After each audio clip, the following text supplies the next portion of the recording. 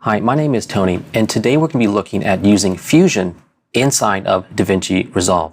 Now, the purpose of today's video is to give you a good understanding of how to use Fusion, take a look at the interface, and do some simple compositing and set some keyframes so that way you can be on your way to creating composites and visual effects inside of Resolve. All right, with that in mind, let's take a look. Okay, I'm in the Resolve Project Manager. Now, I'm going to right-click and select Restore Project Archive. We want to go to the quickstart.dra. Just select that folder and press open. And don't forget, all of these lessons are available for you on the blackmagicdesign.com website. So I highly recommend you take a look, download, and start to get your way onto the lessons plans here. Okay, so now that we've loaded our quick start guide, let's go ahead and double click on it and load it up.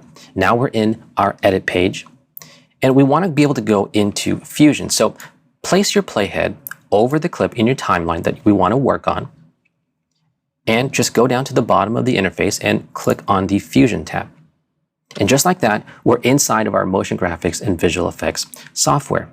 Resolve has automatically brought in the clip from the edit timeline, brought it in as the media in node for us, and placed it in the node editor. So let's just take a moment to look at the inspector before we get involved too much in the nodes. At the top here, we have the interface toolbar. Now, this is a great way to open and close panels that we might need based on the type of workflow we're doing. The cool thing is that you can actually customize each of these panels, clicking and resizing them as needed. And for what we're doing today, we're going to go ahead and just clean this up and reset our workspace by going to the top here and clicking on Workspace, and then going to Reset UI Layout. And that's going to bring us back to a standard layout, and for the most part, it's going to be satisfactory for the type of work we're doing today. But I do want you to go back to the workspace and just take a look. Right above the Reset UI Layout, there's Layout Presets. Now, what you can do is you can actually save your own custom layouts, which is great because as you're doing different types of workflows, you're going to want to have different panels open and available to you. So the fact that you can do that is really going to help your workflow. Okay, so below the interface toolbar, we have our viewers. We have a viewer on the left, viewer number 1, and we have a viewer on the right, viewer number 2. What's interesting about these viewers is that they're independent. And what I mean by that is if you're coming from a traditional NLE, you're going to have two types of viewers. You're going to have your viewer on the left, which is your source viewer, like in the edit page. You're going to be able to click on a clip and load it to preview. And on the viewer on the right is usually traditionally your program monitor, right? That's the final output of your timeline. But in Fusion, each viewer is independent. So essentially, you can actually load your source or program in either one of the monitors. Each viewer is going to have a toolbar. You can do things like change the size, look at different channel selectors.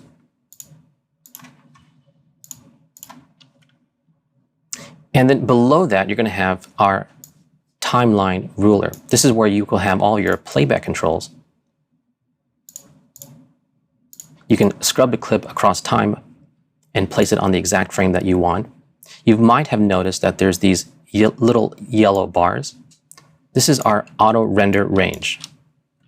So when you hit the space bar, you can actually just preview just a section of the clip that you want to. Now, you're not changing the in and out points. It's just allowing you to basically RAM preview or cache preview just that portion of the clip. A quick tip is you can actually hold down the command key or control on a PC and then just click and drag and create your own render range. I'm going to go ahead and just reset that. Right click on the render range and click auto render range. Okay, so below that, we've got our node toolbar. And this is going to have the most commonly used nodes that you might use inside of Fusion available for us at any given moment. It's broken up into different categories. So we've got here image-based nodes, and then followed by some color correction nodes. Then we have some compositing and transformation nodes, mask nodes, particle nodes, and 3D nodes.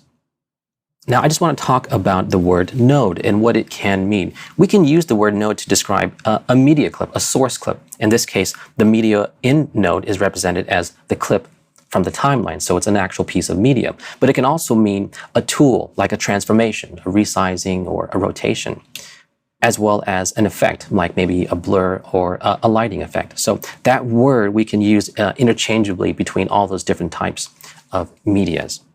The next section that we're going to look at is the node editor, and that's this big section down here. This is where we're going to be doing all of our creating, all of our building. We're going to be bringing in nodes, connecting them together to create our visual effect or our composite. And as you're doing so, you're going to start to be able to add a lot of nodes, and you're going to want to be able to move around and navigate. So how would we go about doing that? Well, if you have a 3-button mouse, I strongly suggest that we have a 3-button mouse. You can use the middle mouse button and then just click and move around, up or down, left or right. You can also hold down your Command key and use the scroll wheel or Control key on a PC. And as you can see, we can zoom in and out of our node editor. Now, as I zoom in and out, you might see this little box appear. This is the Auto Navigator box, and that's just going to help you as we're building large node tree structures. It's going to help you to be able to navigate across your whole node tree, just like that. And as you zoom out, once you fully zoom out, it'll automatically go away. Okay, the same thing can work inside of the viewers as well. You can use your middle mouse button to move your viewer around. Also, zoom in using the scroll wheel and your Command key or Control key on a PC. And a quick tip is if you want to reset your viewer, while you're in your viewer, you can press Command F, and that's going to auto-fit our image based on the bounds of our viewer, or Control F on a PC. And lastly, we have our inspector over here on the right. And if you're familiar with the edit page or the other pages in Resolve, the inspector functions pretty much the same way. As you select a clip, say in the edit page, it will load that clip's properties in the inspector. And the same thing is true here. As we click on each node, it's going to load that node's properties in the inspector for us. And doing things traditionally like setting keyframes or adjusting parameters will feel very familiar if you're coming from the edit page. Okay, now that we've looked at the interface and we got a good understanding of what each zone can potentially do, let's talk about nodes. So what do we have here? Right now we've got 2 nodes. We've got a media in node, and that's the node that's coming from the edit page. Again, if we click on the edit page, we can see that's the node that's the clip that we want to work on. Click back to the Fusion page. This node, media in, is sending its signal, its RGB signal, over to the media out node. The media out node is what sends our image that we've worked on back to Resolve. So anything that we want to do to change or affect our clip needs to happen in between these 2 nodes. Now, how do we know if a node is connected or where it's going? Well, if we look at the media in node, it has this little square, this white square. That is our output. So every node will pretty much have a white square that will be able to output our image. And we connect it to a yellow triangle. That's our input image. And if we look at it, it kind of looks like it's an arrow. So that's telling us the flow. It's telling us the direction that it's going. We're going out from the media in node into the media out node. The next thing we might want to know is, how do we know what we're viewing in the monitors, in our viewers?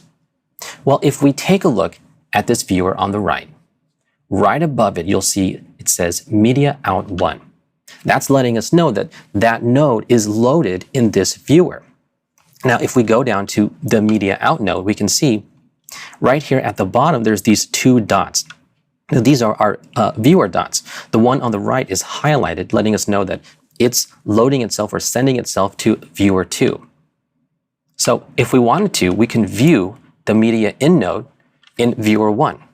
Select the node and then just go ahead and press the 1 key. And just like that, we've loaded that node in that viewer. Again, we can verify that by looking at the top of the viewer. It says media in 1. And if we go back to the node in the node editor, we can see that now the left side, the left dot is highlighted. So it's telling us it's sending its signal, it's transmitting it to the viewer number 1. Okay. So that's just a quick look at how nodes work, the basics in and out of each node. So the first thing that I want to do is just be organized and rename my nodes. So let's do that by right-clicking on the media in node and going to rename. That's going to bring up our rename tool. I'm just going to name this actress. All right, I want to add just a simple color corrector. So to do that, let's go up to our node toolbar. In our color correction section, if you leave your mouse over each icon, it'll give you a name label so you can find which node that you're looking for.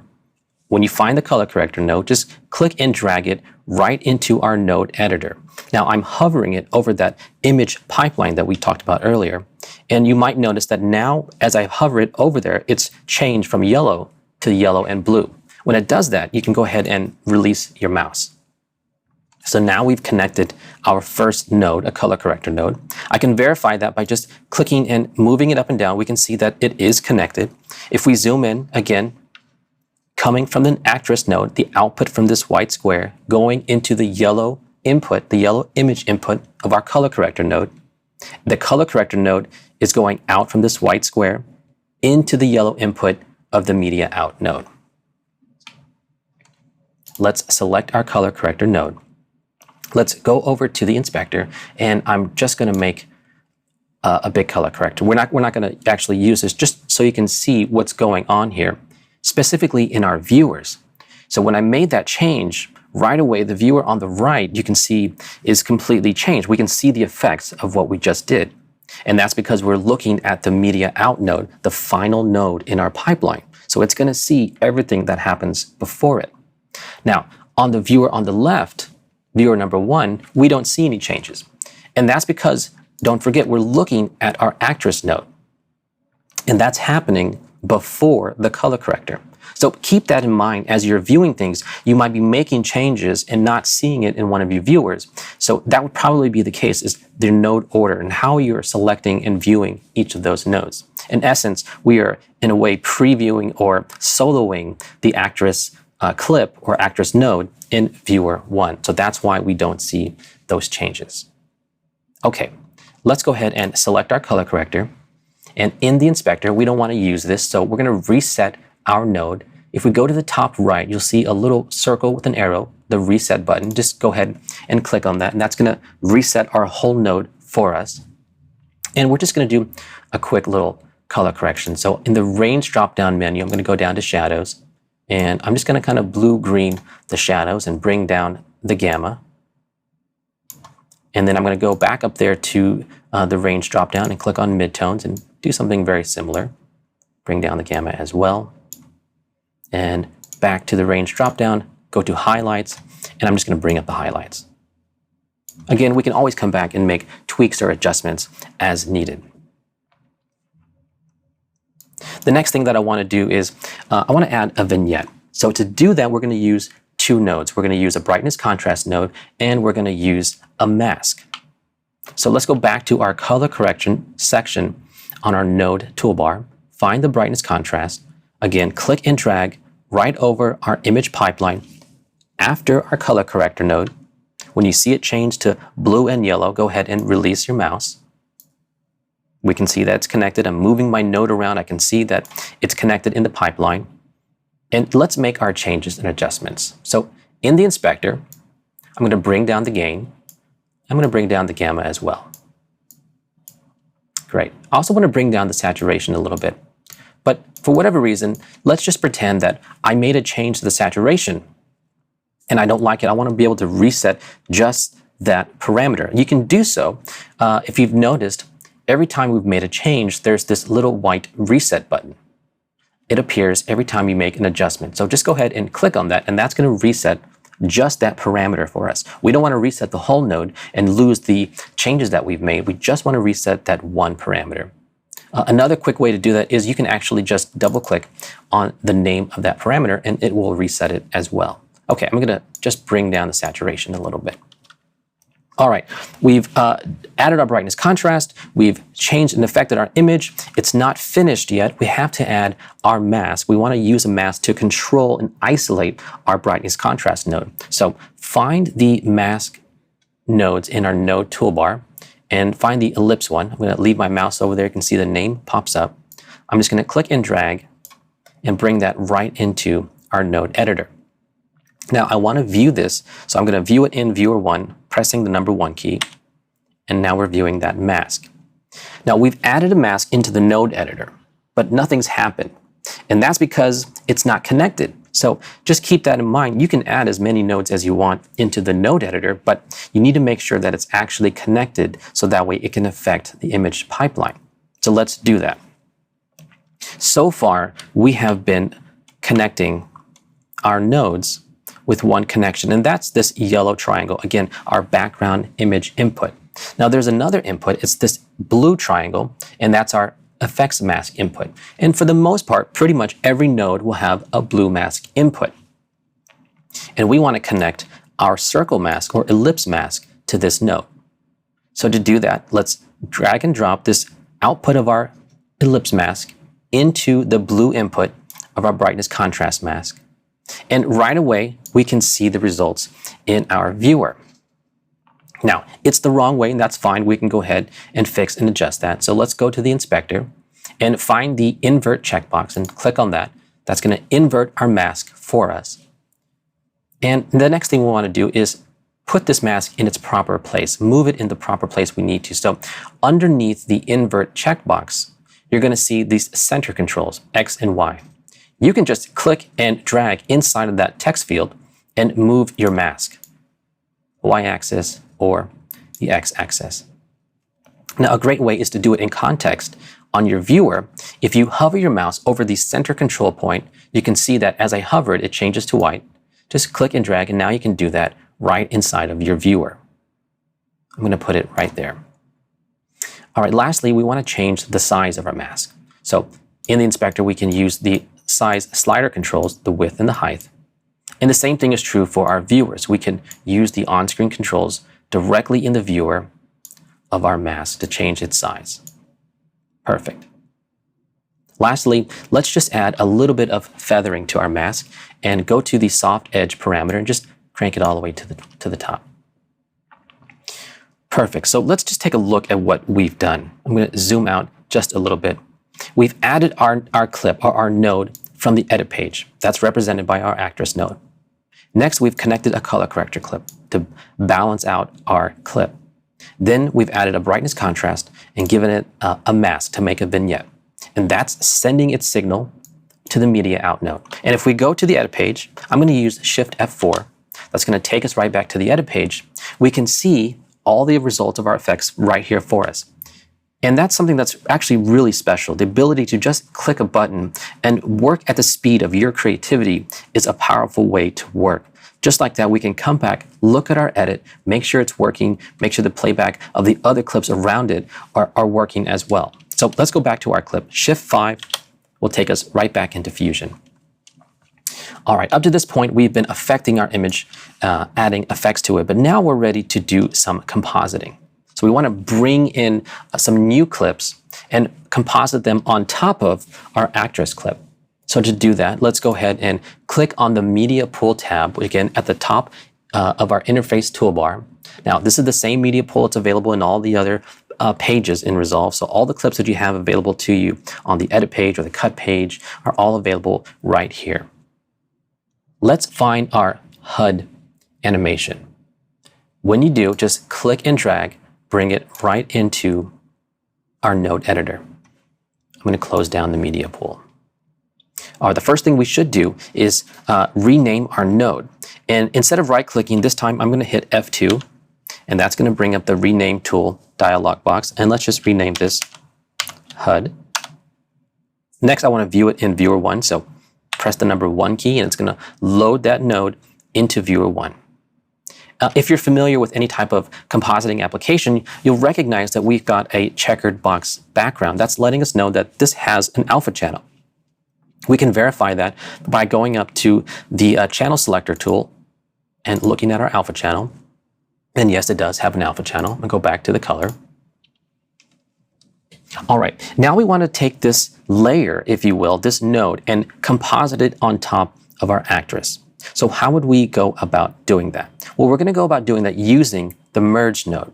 So in our composite and transform node toolbar, find the merge node, click, and let's, like we've done before, drag it over our image pipeline after our brightness contrast. When we see it changed to blue and yellow, go ahead and release your mouse.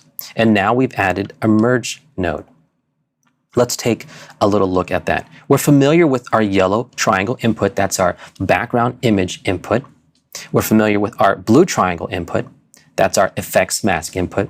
But now we have a green input, and that's our foreground input. And really think of it that way. We want to have a foreground element, right? In this case, our HUD animation. And we want to add it on top of, or composite it on top of, our background, which is our actress. Another way you can look at it is think of the yellow triangle as track 1 on the edit page and the green triangle as track 2 on the edit page. So it's just stacking them one on top of the other. So let's make our first composite. Take the output of our HUD, this little white square, and connect it to the green triangle input of our merge node. And when we do, we can now see the effects of our composite. We have our HUD on top of our actress. I'm going to zoom in, or excuse me, zoom out a little bit and move this over. Let's repeat that process again and add a different layer. Go back to the media pool, find the glass JPEG image, and then let's just drag that right in. I'm going to close my media pool. With that node selected, press 1, load it in viewer 1, press F2 to rename it. And just so you know, as I'm looking at this in the viewer, I see our image and it has a completely black background. I'm assuming that it doesn't have an alpha channel. I'm going to verify that just by clicking on our channel selector. And yeah, it doesn't have an alpha channel. So just so you know, once we composite that, it's going to completely cover our background image. And that's fine. We can fix it. We can adjust it. So let's make our composite again. We're going to use a merge node. Click and drag our merge node. Drag it over our image pipeline. When it changes to blue and yellow, release. Take the output of our glass node, connect it to the green triangle input of our merge 2. And just like we talked about, now we've composited that, but again, it's covering up our image. That's fine. With that merge node selected, let's go into the inspector. And under the apply mode, you'll see there's a drop-down box that's got all the available composite modes that you're familiar when you've been compositing. So we're going to use and click on screen. Next, I'm going to go to this blend parameter right here, and that's essentially the opacity control. So I'm just going to bring it down just ever so slightly. We've brought our clip in from our timeline, our actress layer. We've added some color correction, and we've done 2 composites with our HUD and with our glass. The one thing that I did notice earlier was that I thought that the HUD layer had a little bit larger resolution. So I'm going to just load it into viewer 1. And we can see that we definitely have more information here that's not showing up on our final composite. And that's fine. We can just use a transform node to rescale it down for us. But that brings up an interesting question, and that's node order. Again, where we connect and place our nodes will have an impact on our final image. So let's just take a look at what happens if we were to add a transform node at the very end of our node tree. So go to the node toolbar and just find our transform node. Just click it and drag it, again, right over our image pipeline after our merge 2. And when we go to the inspector, we're going to adjust its size. Okay, so that's not what we wanted. This transform is actually affecting everything that happened before it. In this case, it's sizing down our actress and our HUD and our glass layer all together, and that's not what we want. So we need to think about what's the most efficient way to place our nodes, to insert our nodes, so that it's only affecting our HUD. Well, first of all, let's go ahead and delete this transform node. Just make sure it's selected and press your delete key. And I'm thinking that if we place our transform node right after our HUD node, that's only going to affect our HUD node. So let's give that a try. Again, go ahead and grab our transform node and then just bring it in and connect it to our HUD pipeline. Okay, so now it's connected. Let's go back to our inspector, and in the size parameter, let's resize it. And of course, so now it's affecting just the HUD. So keep that in mind as you're working, as you're adding nodes. Where you place your nodes will have an impact on the final outcome. In this case, we only want to isolate and transform the HUD. So make sure that you place the node in the right spot. All right, I'm going to use the on-screen controls here and just move this HUD over just a little bit. Perfect. Let's just go ahead and add some look effects nodes just to kind of dial in our HUD layer so it starts to feel a little bit more like it's a part of the scene. So to do that, I'm going to go to the effects library. Now, for the most part, we've been adding our nodes from the node toolbar. And again, those are the commonly used tools that you're going to need access to right there in the toolbar. But in the effects library, it has all of the nodes available inside of Fusion. So they're broken up for you on different categories for 3D, blurs, you name it. Take a look at each of these different categories for you. Each of these different categories based on what you need for your composite. We're going to be in the blur category, and we're going to use the defocus node. But before we add that, I want to do it a little bit differently. So I'm going to go over here and just make a little room by dragging these nodes up. And with my transform node selected, just go to the defocus plugin and just click on that node and watch what happens. Because we had our transform node selected, and when we clicked on the defocus node, Fusion said, I think you want to add it automatically and I'll connect it for you. And that's exactly what we want. So just by having this node selected and then clicking on this icon in the effects library, it'll just add it for you and connect it for you automatically. In the defocus node in the inspector, let's go to the bloom level and let's just bring it down. We don't want it to be too bright, so we're just going to bring that down.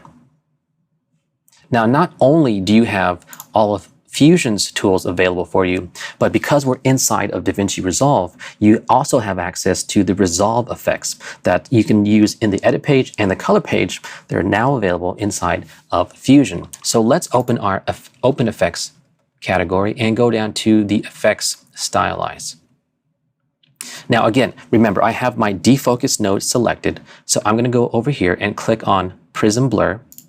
And when I do, it's just going to automatically add it for me. Right below that is scan lines. Let's go ahead and just click on scan lines as well. Okay, I'm going to close down the effects library. Again, I'm going to alter my UI and just rearrange some of these nodes just to make it a little bit easier for us to look at. We've added our defocus, we've added a prism blur, and we've added some scan lines. With the scan lines selected, I just want to bring up the line frequency here in the inspector under appearance. You can see this line frequency. I'm just going to bring it up to somewhere around 11 is fine. But as we're doing that, I'm noticing something, and that is we applied our blur and we applied our prism blur. After that, we applied the scan lines. And what's happening is that the scan lines are cutting through our blur effect, and it's not feeling natural or real. So this, again, make sure you're paying attention to your node connection order. That's very, very important. So what we want to do is we want to take our scan lines node and remove it and put it before our blurred nodes. So let's look at how we can do that. Now, earlier, when we had a node that we didn't want, we selected it and deleted it. Now, there's a faster way of doing that. And that is if you hold down the Shift key and then click and drag your node, you can instantly remove it out of that pipeline, keeping that pipeline intact, but then moving that node out of it. And we want to drag it before and connect it before our defocus. So I'm going to rearrange some of these nodes here. Again, click and hold and drag on my scan lines and hold the Shift key down. And when I hover over it, we can see it changes to half yellow, half blue. When it does, release your mouse, and now it's connected again. So these little tidbits like this are great for being efficient as you work inside of Fusion. Okay, so now I'm looking at my output, and I can see now the order is correct. First, we're applying our scan lines, then we're applying our defocus, and then after that, we're applying our prism blur, and that's exactly how it should look. But now that we've done that, I can see my glass node is looking very, very sharp, and it's not the same. If the HUD and the glass are supposed to be on the same plane, we need to apply those same effects that we did earlier on the HUD onto the glass. There's a couple ways we can do that, but one of the simplest ways we can is just selecting our defocus node and using Command-C for copy or Control-C if you're on a PC. Copy that, select our glass node, and then just paste it, Command-V or Control-V to paste. And we've made a copy, a duplicate of that node, and we've just pasted it into the pipeline for our glass node. All the same settings, all the same right there for us. I'm gonna do the same thing for our prism blur. Command-C, copy, select our defocus, and then paste it right in. So we haven't done any playback, but we can play this back and see all of our effects in context as we're working. Shift 4 will take us back to the edit page. We can see our progress of our effect on our clip, and we can watch it back in context, add some sound effects, add some music. There's a lot of power in being able to quickly move between each page and see your edit in context and your visual effects in context. All right, let's go back to the Fusion page with Shift 5. In context, our actress is waking up and an emergency is happening, and really there should be some sort of warning text or warning light that's flashing, and that's what we want to create. We want to be able to add a little text that's warning her and saying something is wrong. So let's look at how we could do that. To do that, first we need to add a text node. So let's go over here to our image generation nodes and just click and drag and bring our text node into the node editor.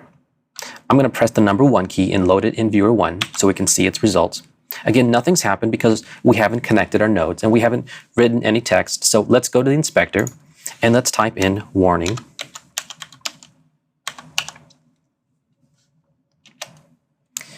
All right. So the idea is I want to be able to connect my text node into my composite, but essentially it's a part of the HUD. So I would like it to have all the same effects that we've applied to our HUD to apply to the text node. So again, this is very important about node order. Where you place your nodes is very, very important. So let's just, for the sake of looking at this, add our text node, merge our text node into our composite. Now, before, we've been grabbing our merge from our toolbar and bringing that down into our node editor. But this time, we're going to do it a little different way. Let's take the output of our text node and connect it to the output of our merge 2. And when we did that, Fusion is saying, well, it looks like you want to composite. You're taking the output of one node and you're placing it over the output of another node. So I'm going to assume that you want me to composite these or merge them together. So I'm going to add a merge node and connect everything for you. And that's exactly what we want. As we added this, we've added this node, this text node, to the end of our node tree. And it's nice, crisp, and sharp. And it doesn't have those same effects that we have on our HUD. So we can copy and paste those nodes like we did for the glass layer, but then it comes into the issue of having multiple duplicates of these different effects nodes and managing each one. And as you change one, making sure you do it to the other. So there's an efficient way, there's a smart way to think about this. And if we think about it, we can actually place our text node in a way that it just inherits all of those effects that we've already done. So let's go ahead and delete our merge. We don't need that anymore. And let's take our text node and move it over here next to our HUD layer. I'm going to move this HUD and transform node up. And if we connect this node and insert it at this point, it should just inherit all of those effects that we've done. So let's give that a try. Take the output of our text node and then just drag it over the output of our transform node. Again, Fusion just created the merge for us. And as we can see in our viewer and viewer 2, that now it's actually taking on the effects that we've added to the HUD: scan lines, defocus, and prism blur. So thinking about where you place your nodes, you can actually be smart and efficient about how you use your nodes. If you're familiar with using layer-based applications, this is the same thing as doing a pre-comp. The benefit is you're not doing a compound clip, or you're not losing access to all your layers. Everything is still right here available for you to quickly access and change. Let's just change this text node around a little bit.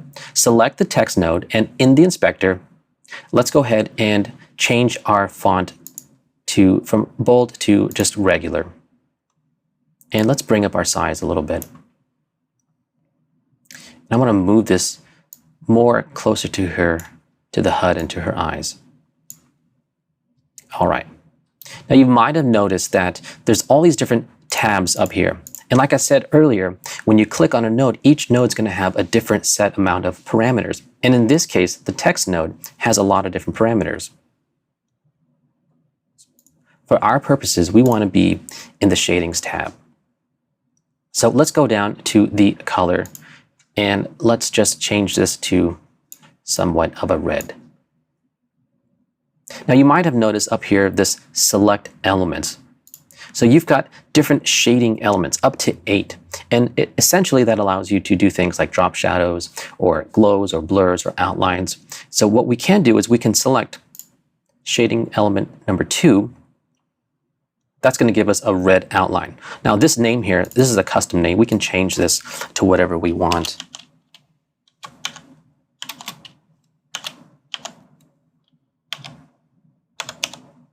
Like orange glow, for example. Now nothing has happened because we need to activate it. We need to enable it. So click the enabled checkbox. And now you can see, like in viewer 1, I'm going to go ahead and zoom in on viewer 1, command scroll wheel to see its changes. Now you can see we've added this outline. I'm going to use the color just for example. We can see it being changed as we're changing the color. And we can change the thickness, go through and adjust different parameters. But for our purposes, I'm just going to make it this semi-orange and red color. Okay, let's go to the softness, and let's increase the softness on the X and on the Y. Maybe even give it a little bit of a glow. Perfect. So we've added our text, we've inserted it in between the HUD and the effects for it. Now we've got this warning sign happening in front of our actress. If we play back, we can see, well, it's just static. So we really would need it to be flashing on and off, or coming on and off, letting her know, getting her attention. So we're going to do that by using the merge node.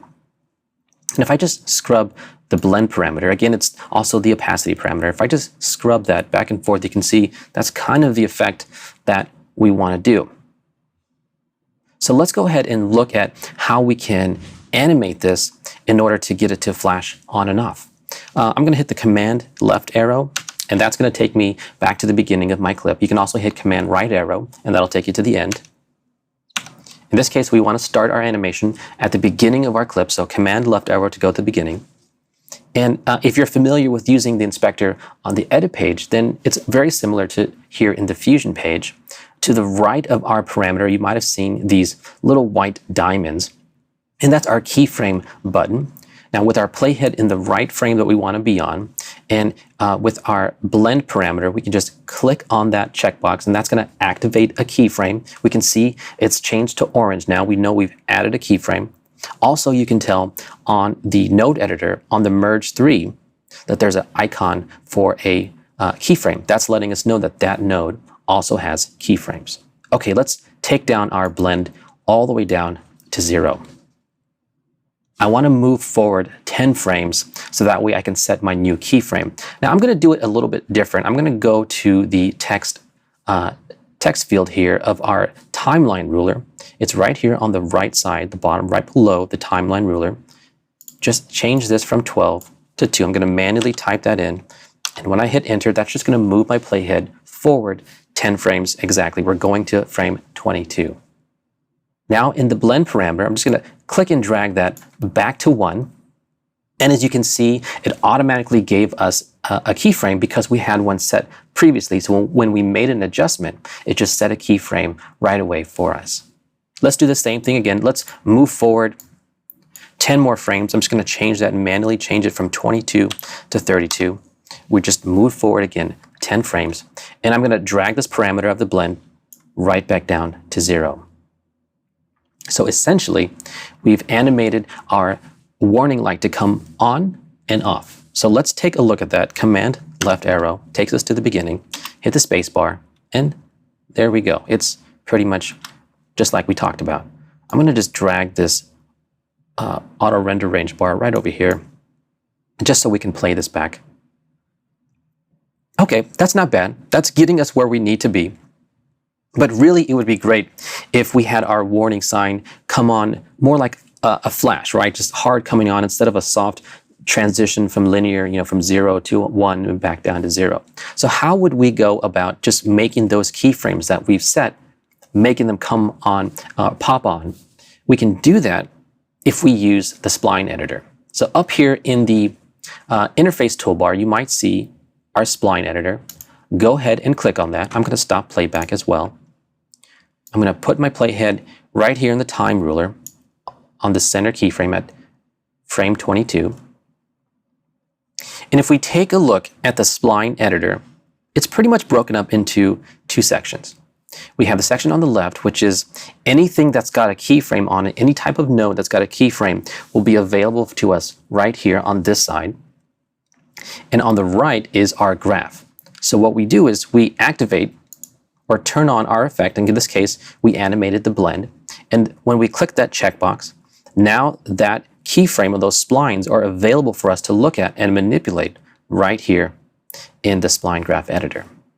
And don't forget, you can also do the same navigational tools that we used earlier to move around, pressing the middle mouse button to move the spline editor, holding down the command or the control key, and using the scroll wheel to zoom in and out, all work right here inside of the spline editor. As I move the playhead around, you can see that we're animating linearly from 0 to 1 over time and then back to 0. What we want to do is we want to be able to find a way to hold our keyframes, so that way our image pops on and then turns off, on and off.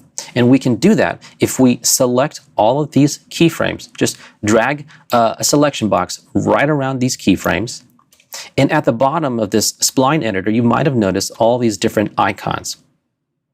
These are spline editable icons that allow us to manipulate and change our splines and our keyframes for different values.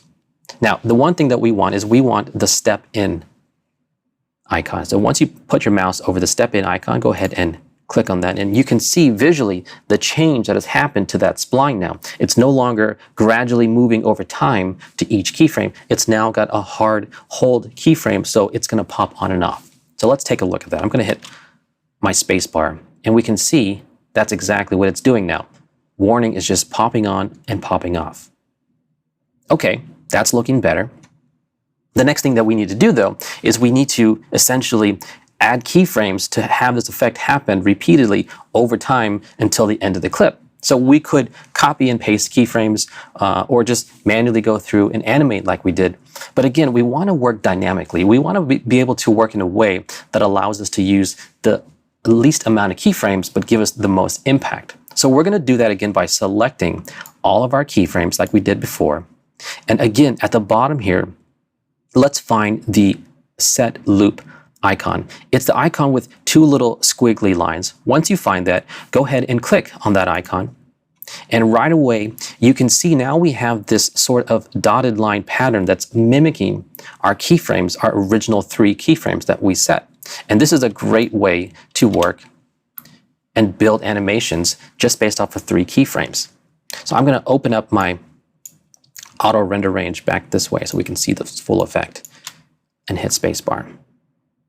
So again, just by making 3 keyframes, now we've animated that over the entire length of the clip, doing that same process over and over again. And to take it even a step further, what we can do is we can actually select our keyframes and use this icon down here that's called shape box. If we click it, it's going to make a shape box around those keyframes that we can use to warp those keyframes, or in our case, we want to be able to compress the timing of our keyframes. So just by dragging this shape box, we can actually compress the timing, but in doing so, it's dynamically updating our loop, and now it's animating on and off much faster. So again, thinking in a way that we can animate dynamically so we can do complex things, but in a simple way. Okay, that is looking pretty good. I'm going to close down my spline editor and zoom out a little bit just so we can see all of our node tree structure. The last thing that I want to talk about is just furthering this idea of dynamic animation, and could we take that further? And we can. It would be nice if maybe as this warning light is popping on and off on our actress, that we could have a little bit of a light glow appearing on her face. So we're going to do that, but we're going to do that without adding any more keyframes than we already have. So let's go back to the beginning of our node tree. And I'm just going to move these two keyframes, move these two nodes over just to create a little bit of space. And let's zoom in a little bit. Essentially, I'm going to create this lighting effect by using another color corrector node.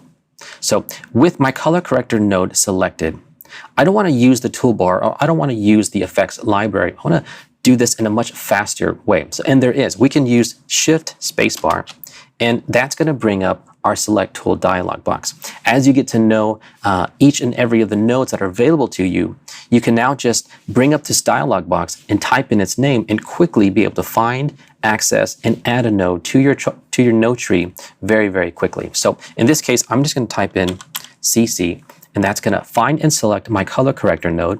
And when I hit enter, just like that, it's added it straight away after the node that I had selected.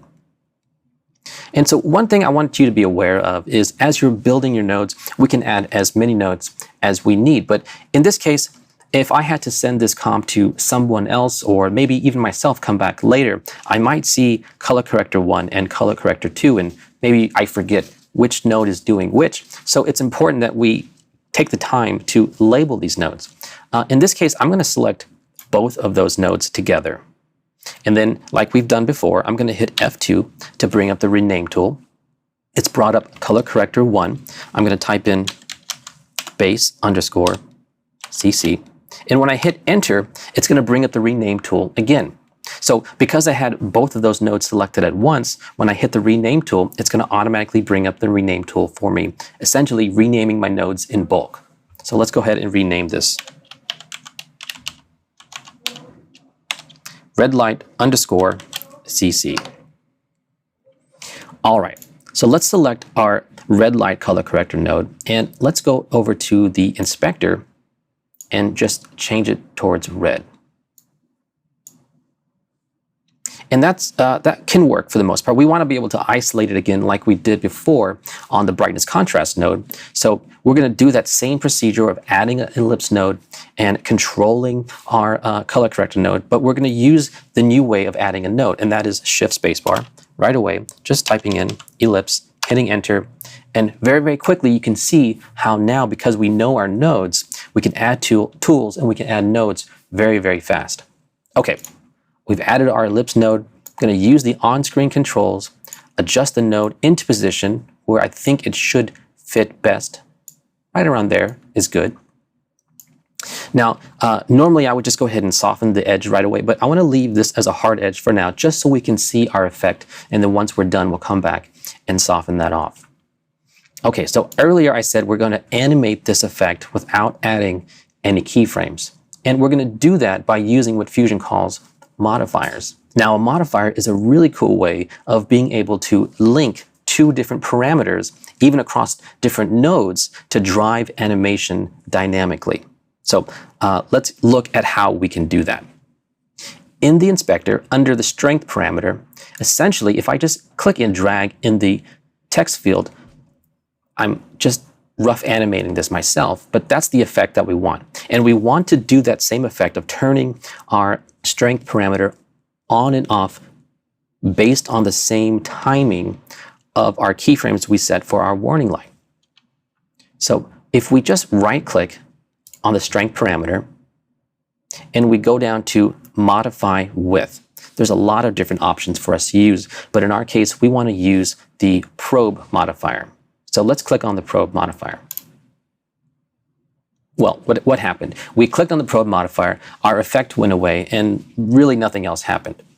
Well, you can verify that we've added the probe modifier by seeing our checkbox here next to our color wheel has turned orange. And also our node in the node editor now has a keyframe icon. So we know that we've added something. If we go to our inspector at the very, very top of the inspector, you'll see that there's a Tools tab and a Modifiers tab. Now, up to this point, that Modifiers tab has been grayed out because we didn't have any modifiers in there. But now that we've added one, we can click in that tab and see our modifiers. So let's go ahead and click on that tab. And there you go. We can see our probe modifier. And essentially, what is a probe modifier? Well, a probe modifier is a way to inspect or probe another image and use that image data to drive the effects of another parameter. So we've added a probe modifier. Now we need to tell it which node or which image to look at. There's nothing to look at. We can verify that by looking at the image to probe. In this little text field, it's empty, so there's nothing there. We have to tell that. We have to tell that probe modifier, hey, I want you to look at this specific node. So let's go over to our merge 3. This is where we have our animation for our text animation. Now let's just click and drag and keep dragging and going all the way into the probe modifier dialog box. I know it might seem a little weird to be able to drag a node all the way from the node editor into the inspector, but just go all the way and let go and you'll see it. Now it says merge 3. So now we've connected our probe to a merge, but again, nothing is happening. And that's because we have to now move our center control for our probe, right? We added a probe modifier. The probe actually has a probe, which is this center position. And when we move this over our text, we can see that now it gets activated. Now we can pull this image, and I'm just going to use my viewer 1. And you can see here, as I move this probe over the text, now when we hit play, the animation of our text layer is now driving the strength parameter of our color corrector. So now this animation is happening in sync together, just like that. And again, just using our original 3 keyframes, thinking dynamically and creating complex things in a simple way. Remember we talked about our ellipse mask. We're going to go back right now and change that to a soft edge. So select your ellipse mask and then go back to the inspector and then let's just soften this up. Cool. I'm going to deselect everything in the node editor and you can see that we're playing our clip. Our text animation is coming on and off. And our cool little lighting effect is in sync with that animation, just like that. Let's just take a zoom out and look at everything that we've done. We've added our actress from our edit page. We've given ourselves some color correction, a vignette. We've gone through and actually composited 2 different layers, our glass layer and our HUD layer. And lastly, we added a cool little lighting effect using a modifier. So as you can see here, a lot of times we start to add a bunch of nodes as we're building and as we're creating. And it's going to be good if you know that there's a couple ways that we can organize our node editor and keep things a little bit cleaner and easier to come back to later. So let's take a look at that. If I just select these nodes here, which is all the nodes associated with my glass layer, I'm just going to move them over a little bit and give a little room. But if I select all of these, I'm going to use our keyboard shortcut of Shift Spacebar, bring up our Select Tool dialog box, and I'm going to add what's called an underlay. And just like that, an underlay is a great way to group some nodes together, but we're not collapsing them, we're not compound clipping them. They're all still available for us to look at and work on. But the cool thing is that it actually is as if it was a group. So we can move this underlay around and all of our nodes associated inside of that underlay will move with it. So let's go ahead and rename it and give it its own color. I'm going to deselect by clicking in the node editor and then option click on the underlay, hit F2, and then let's just name this glass effects. And then let's just right click right there on the name and go down to set color and give it a color of pink. And let's move down our node tree here and just do the same process. Select these nodes all associated with the HUD layer, Shift spacebar, again type in underlay,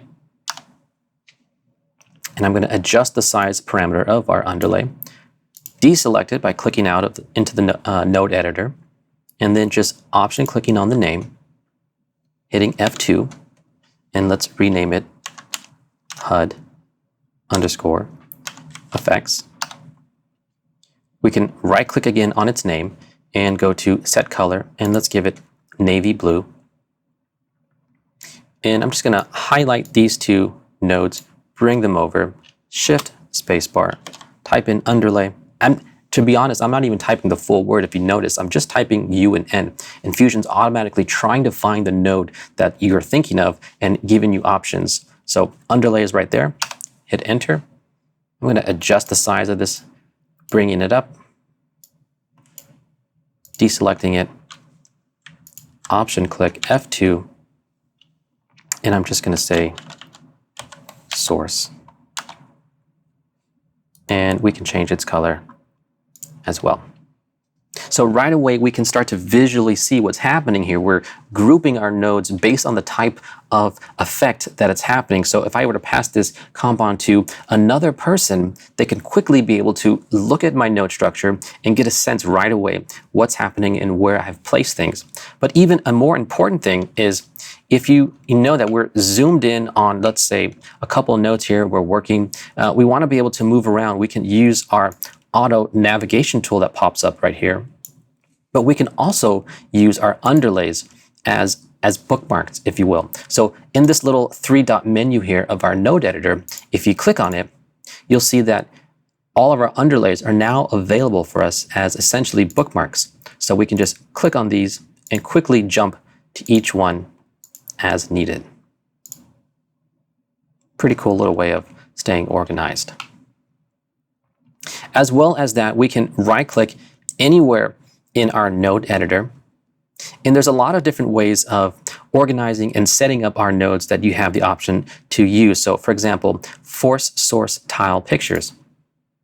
That's just going to make all of our source images, like for example, our HUD and our glass effects, our text layers, etc., large tiles. So it makes it easier. So little things like this to help yourself stay organized and be able to navigate around in your node editor are very, very helpful. So definitely explore by right-clicking and looking up ways to arrange your tools, lining everything up to a grid, etc.